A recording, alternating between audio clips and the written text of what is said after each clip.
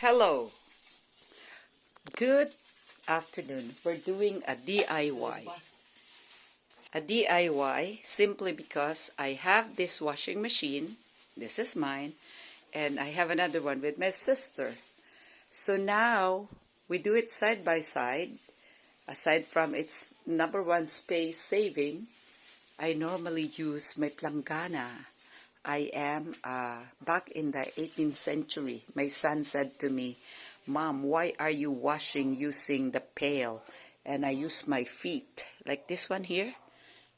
I use that. And then when it's ready for spinning, I use my spinner.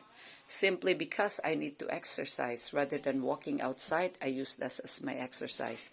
So now the point is, we only have one hole, and my husband is doing something. He's doing DIY. He's making a Y. Galing. Tingnan natin if this thing will work, ha? Huwag isali ang kalbo ng buhok, ng ulo. Only what is being done. Not the kalbo. Alright, he's trying to make a thing. We'll figure that out. Sumakit ang liig ko, ha?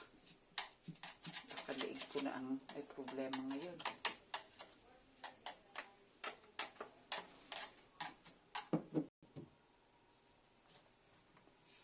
Wow. That's amazing. Interesting. So I think our trouble at the beginning is also the size. So when you engage in an project, you make sure first that right measurement. Otherwise, what's the point of making the Y